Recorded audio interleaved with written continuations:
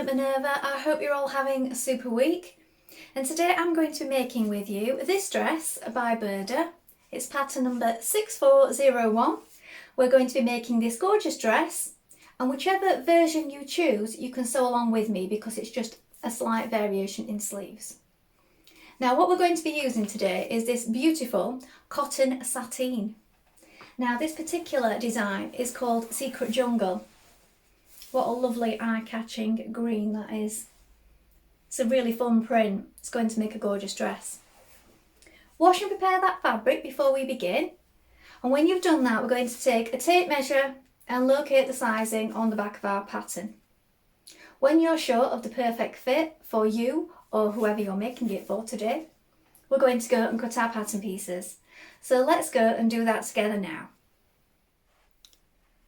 So here are our pattern pieces for our dress. So this is your back piece. You're going to cut two pieces, make a note of the markings here and here. Here we have the front. We're going to cut this one on the fold. Here is your centre fold. Make a note of the circles again and the notches. Here we have your sleeve piece for version B. We're going to cut two sleeves. This is a straight grain. Make a note of your markings. And here we have the ruffle. Again, we're going to cut two pieces, make a note of the markings. Here we have the back skirt panel. You're going to cut two pieces. Note this point here where you gather and these markings here. Here we have the front skirt panel. This time you're going to cut one piece. This is your centre front. We're going to cut one piece on the fold. So the fold line is here. Make a note of the gather points again and the markings. Here we have the bias strip. We're going to cut one piece, so we need to cut this on the cross grain like this. Now we're ready to begin making our dress. So first of all, you want to wind half of your thread onto your machine spool and check your machine needle is sharp. Now I'm using a universal, a standard size needle 70 today, so you may wish to test this on a piece of scrap fabric before you begin. And then when you've done that, our first job is to join our shoulder seams. So let's do that first of all. So we're going to place our front pieces on our back pieces, right sides facing. So here are my back pieces, and my shoulder seams, as you can see, I've already overlocked each edge. So I've done this before I stitch the seam. So that's just nice and flat then when we press it open. Once we've sewn that seam together, I like to do it like this sometimes. Sometimes I just overlock them together once it's finished. So that's up to you. So we're going to pin it on both sides, making sure that you've got it all lined up nice and flat. Then we're going to stitch that in position with a 1.5 centimetre seam allowance.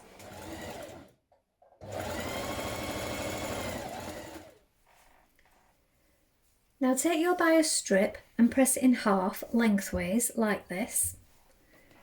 Then we're going to trim our neckline to 1 centimetre. So trim that seam allowance away down to 1 centimetre before pinning your bias strip to your neckline. Pin your bias strip all the way around your neckline like this. And when you've done that, we're going to stitch it on with a 1 centimetre seam.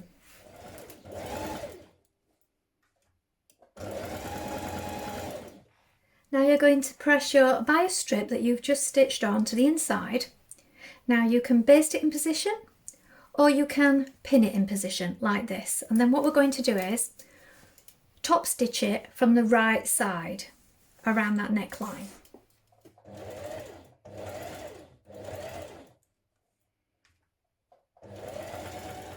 Now you're going to pin your side seam, and we're going to stitch our side seam in place with a 1.5 centimetre seam allowance.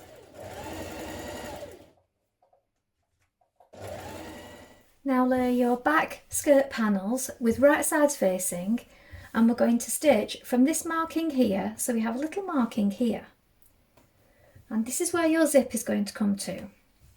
We're going to back tack, so reinforce really well at this point, and then we're going to stitch with a 1.5 centimetre seam allowance down to the bottom of your skirt.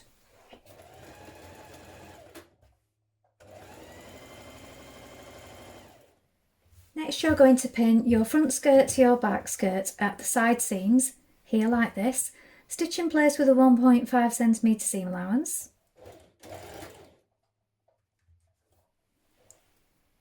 Now we're going to gather the top of our skirt. Now I find it's best if we do it in sections, so across the two back panels and across the front panel, and leave the threads running free, and that way you can gather it in 3 sections. Make sure that your gathers are even. We're also going to do 2 rows side by side, and this makes sure that it gathers evenly. Now pin your skirt to your bodice all the way around, evening out your gathers as you go. Then we're going to stitch this in place. At this point I would make your stitch a little smaller so that all your gathering doesn't loosen off once it's been worn. So make that stitch smaller before stitching that in place.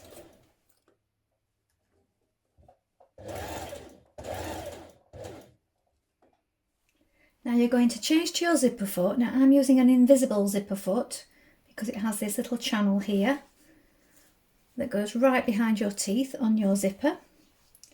And what you need to do is, this is the top of your garment here, the top of your neckline. You take your zip and you place it face down. So we've opened it up, and you want this top, this plastic part, in line with the very top of your dress. And this bit here is hanging over, see? And that's going to fold behind when we turn that back like this. So we leave that overlapping, and we're going to stitch close behind these teeth here.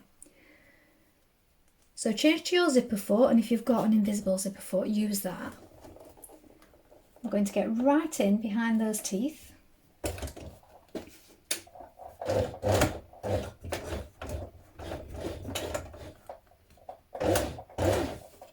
I'm going to sew all the way down our zipper.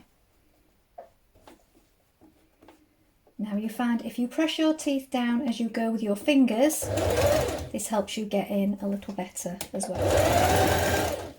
Now I pin it all the way up the other side, right on the very edge, before unzipping it and stitching up the other side.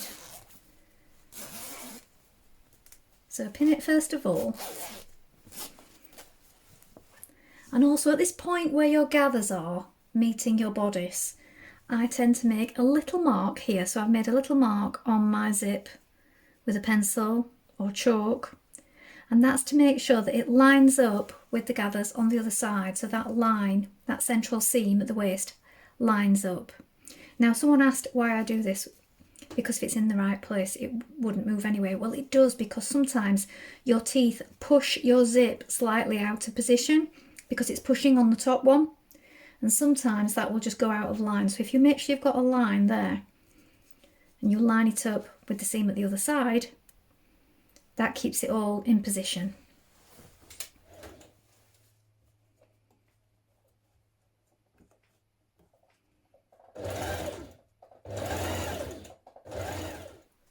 Now with your zip sewn right up to the edge like this, what you do is you fold this top bit back and then fold it back to the inside like this. And this part here can be hand stitched down so that it's not showing. Put a pin in to keep that in place before you stitch it. And you do the same on the other side like this.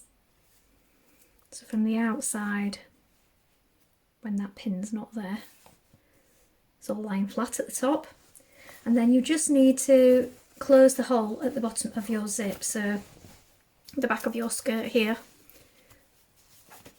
if you stitch up to the seam there at the bottom of the zip. Now we have a 3 centimetre hem, so either overlock, double fold or hand stitch your hem up. So I'm doing a double fold and I'm machine stitching it. You can slip stitch it, just use the hem that you prefer. If you want it invisible, you can hand stitch it and just catch it on the inside.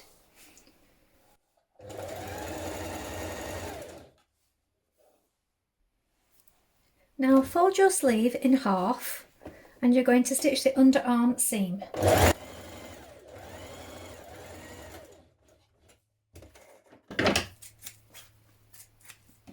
When you've done that, you can neaten your seam allowances, and then we're going to join our ruffle. So here is our ruffle piece. We're going to fold this in half and we're going to join the side seam of this. So join the seam of your ruffle. Now sew a line of gathering stitches around the top of each of your ruffles. Now we're going to pull on those ruffles, so the gathering stitches along the top. We're going to make it fit the bottom of the sleeve. So I find it's best if you fold your sleeve in half and make a little notch halfway, and do the same on your ruffle piece here. And then you can line up those central points, also the underarm seam here. And then when you've pinned it either side at these 2 points, pull on your gathers and the ruffle will then fit the sleeve like this. And I've tended to make more ruffles towards the fullest part of the sleeve here and less towards the underarm. So it's just a little less there because that's under your arm, you don't want it too bulky just there.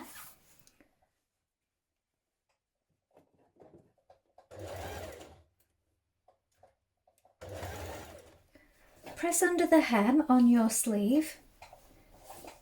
Now I'm doing a double fold. Again, you could do this by hand if you wish it to be invisible. Now stitch a line of ease stitches around the crown of your sleeve. Now with your dress the wrong way around and your sleeve the right way around, we're going to add in our sleeves. So place your sleeve inside the armhole, like this. We're going to line up the underarm seams here, add a pin. You'll have a notch here, the front, and one there on the sleeve. Pin those in position. And one here for your shoulder placement. Now pull on those ease stitches and finish pinning the rest of the way around. Then you can stitch your sleeve in place.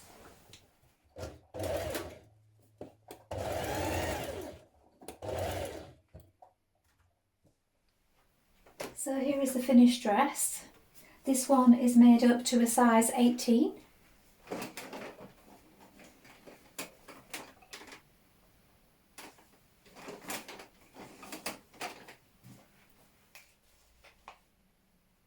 Well, I hope you've enjoyed sewing along with me today. Have you sewn this pattern before? Please let us know in the comments below along with any photographs. We always love to see what you've been making. I think this would look really lovely in any bordered fabric, and I love the version on the cover here where the border detail is on the sleeves and also the hem. You could also use a seersucker, a gingham, a denim, lightweight denim would look really nice in this. And of course any of our other cotton sateen prints. So we'd love to see what you've been up to. Now if you like what I'm wearing today, this is a Burda pattern. This is dungarees and I'm wearing the shorts version. It's Burda number 6599 and I'm wearing it in a gabardine twill, stretch gabardine twill. It's Minerva core range, and I will link these products below in case you're interested in making this as an additional make. Please remember to like and follow Minerva to get more video content like this every week, and of course take a look at the Minerva Craft Club to get 10% off all your orders for a whole year. That's all from me for today, but I hope to be back soon with another sew along. Thank you for watching. Bye for now.